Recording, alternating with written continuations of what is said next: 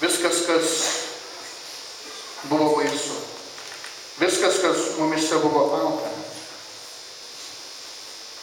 kai mums skaudėjo, kai mums reikėjo globos prisiglaudimo, kreipėmės į patį brangiausią žmogų, mamą.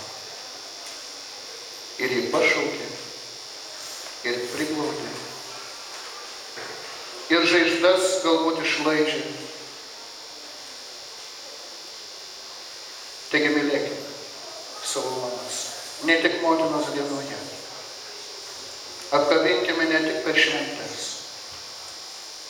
apkabinkime nuolat, kaip jos apkabindavo mumis, kai mes buvome maži.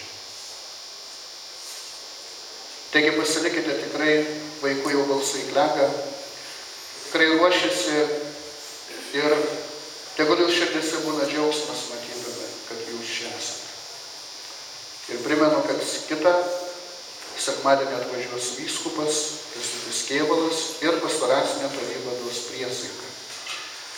Taip pat yra paveikslas šventos šeimos, kuris turi keliauti per šeimas. Tai kviesiu šią savaitę šeimos pastoracinę tarybą, šeimos grupę, kuri padarysime grafiką ir nuspręsime kaip. Tai informuosiu telefonu arba e-mailu.